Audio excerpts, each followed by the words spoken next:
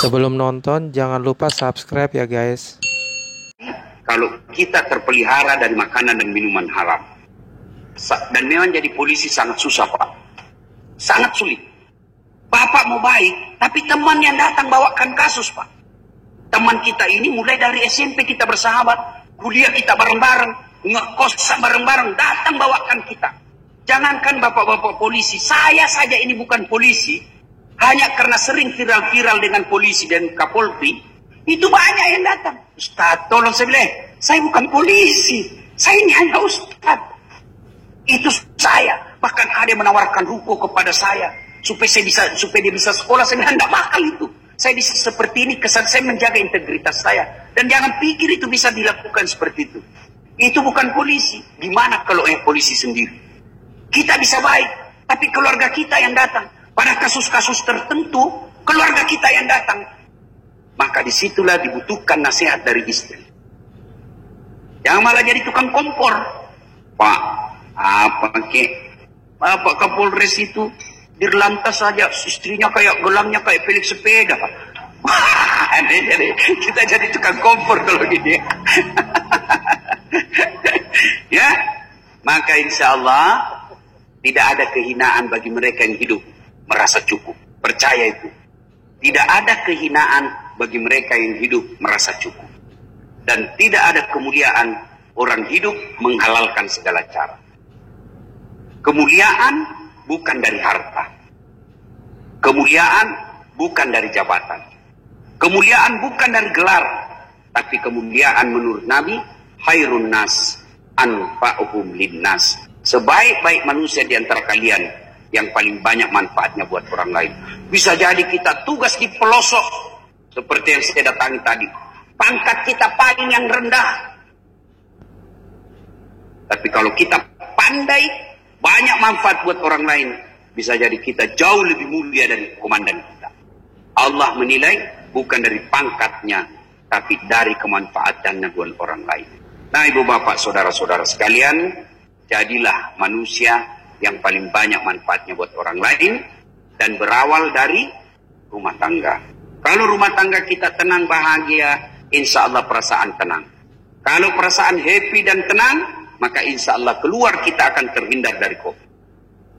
Karena COVID ini menyerang bagi mereka yang lagi stres, drop, capek fisiknya, lelah otaknya, drop dia punya kondisi imun, itu gampang kena. Ya, kalau sudah kena, ngeri bu, sebab belum ada obatnya. 2 malam yang lalu kawan saya, mantan ketua KPU Goa, jam 8 sore kita masih berWhatsApp. Jam 6 sore, jam 8 malam bervideo call, video call, tanya kondisi kesehatan. Jam 9 tiba-tiba sesak napas. Jam 10 lewat, meninggal dunia. Ternyata COVID. Nah, maka saya memberikan ilustrasi seperti kata Prof. Idrus Paturusi, antara imun dengan COVID. Imun itu security. COVID itu maling. Jadi biar hebat malingnya, kalau security-nya kuat, tidak berani masuk. Tapi biar dia punya malingnya, maksudnya, kalau security-nya lemah, ya, pensiunan, sudah tua, ceking, batu-batu, datang perampok 5 orang, diikat ini security, Pak.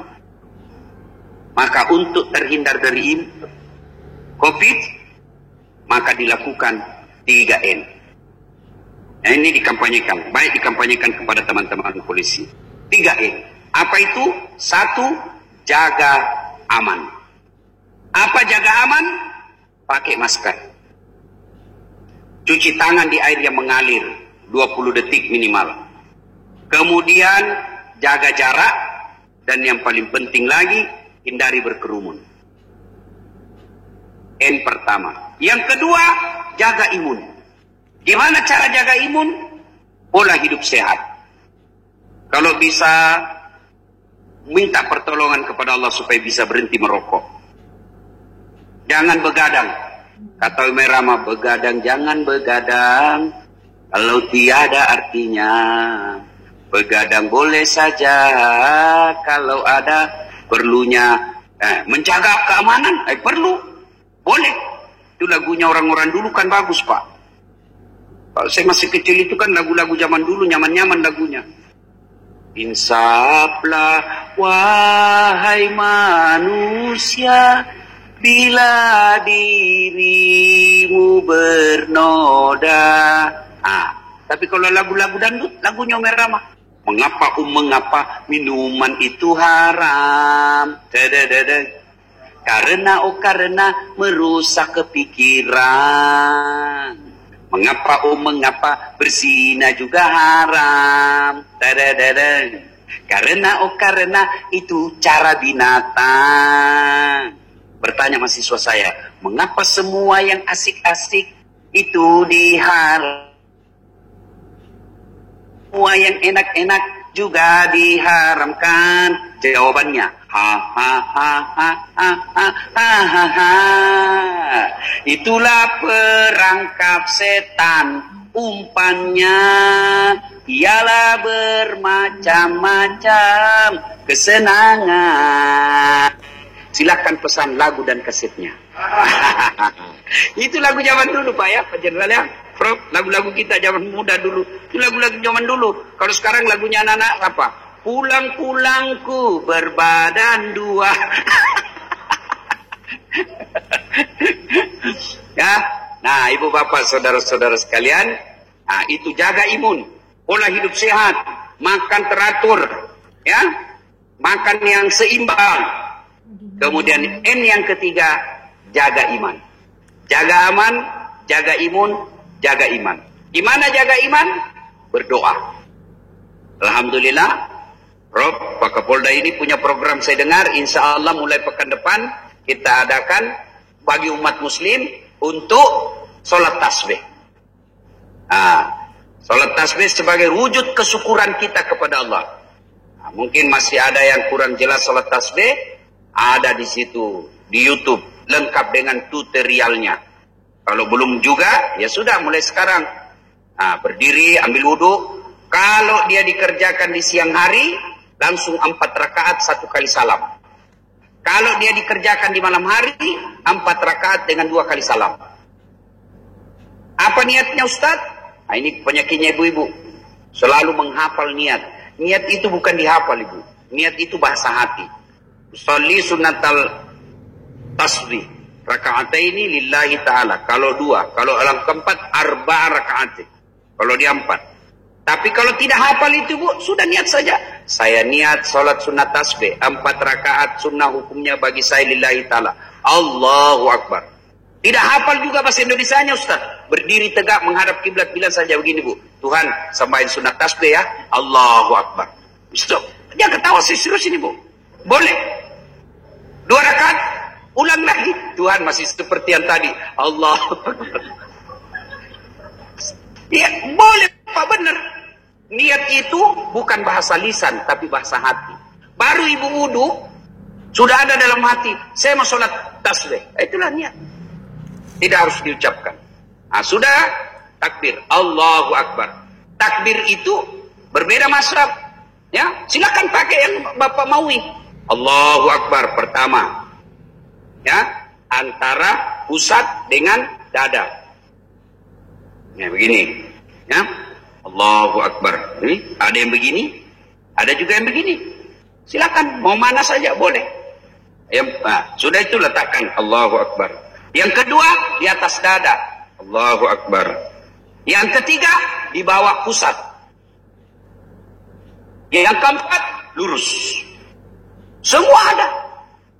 Mana mau pakai silakan Bapak pakai. Semua betul. Kalau semua betul, yang mana salah? Kalau Bapak pakai semuanya. Allahu Akbar. Itu salah itu. Karena ada penceramah sekarang ini hanya mau benar sendiri. Ya, saya kalau lihat penceramah yang menyalahkan pendapat orang lain, langsung saja saya bilang, kurang bacaannya ini.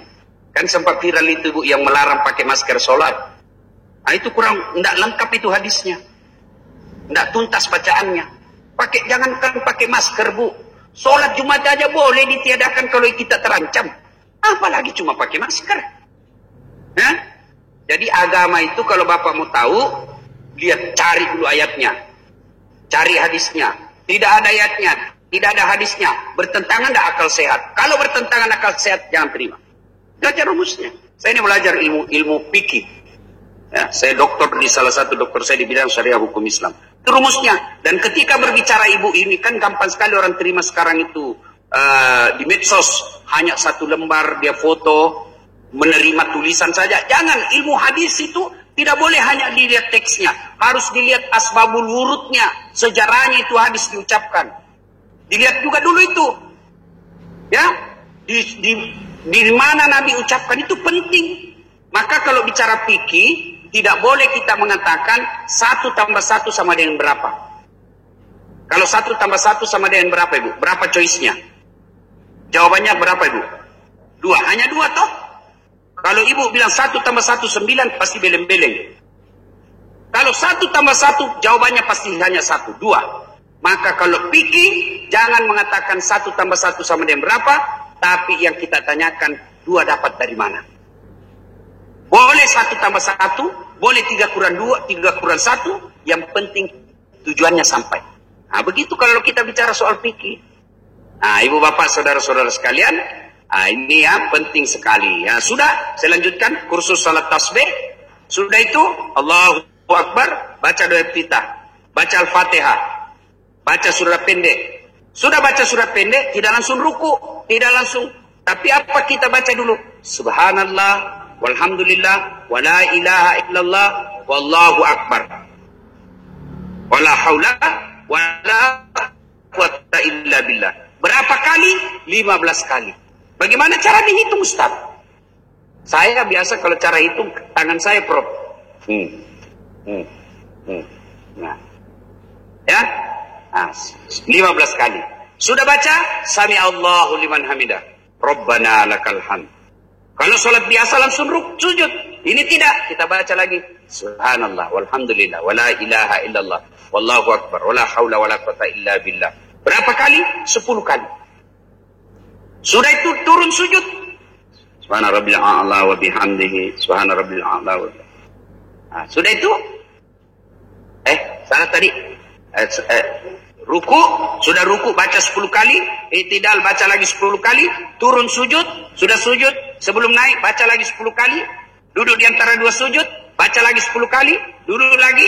Sujud lagi. Baca lagi 10 kali. Naik. Baca Al-Fatihah, surah pendek, dan seterusnya. 1 rakaat membacanya 75. Dan 1 kali dalam 4 rakaat itu, baca tasbih yang kita baca 300 kali. Bagaimana Ustaz? Ada rasanya tertinggal.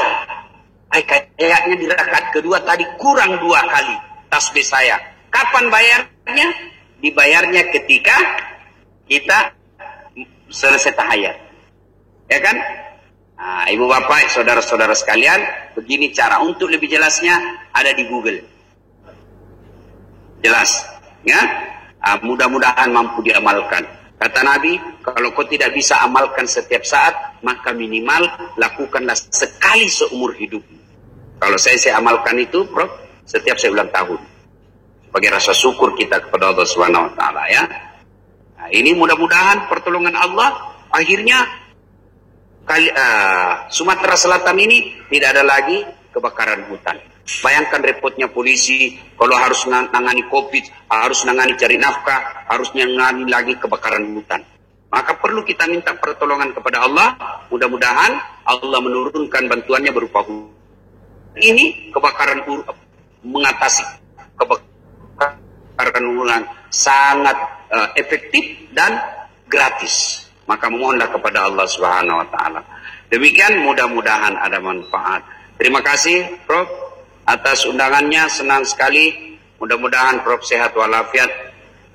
Pak Kapolda makhluk langka di dunia. Sudah Jenderal Bintang 2, guru besar pula, Profesor. Saya aja yang sebagai dosen sampai sekarang belum sempat. Belum. Berat sekarang jadi profesor. Sangat berat, Pak. Saya masih kejar, mudah-mudahan tahun depan sudah bisa mencapainya. Alhamdulillah sudah beliau mencapai. Saya dilantik guru besar, tapi saya tidak jenderal. Lalu beliau jenderal, guru besar pula. Alhamdulillah, ya. Mudah-mudahan ilmu Bapak menjadi amal jariah. Demikian, mudah-mudahan ada manfaat. Sebelum kita akhiri, mari kita kirimkan suratul Fatihah kepada Rasulullah Muhammad SAW. Khasiat dan keutamanya kita ikhlaskan untuk Sahihul Bait. Ila hadratin Nabi Mustafa Muhammad SAW, summa hususil ruhim Sahihul Bait. Al-Fatihah. Bismillahirrahmanirrahim. Ya kan Allah ya.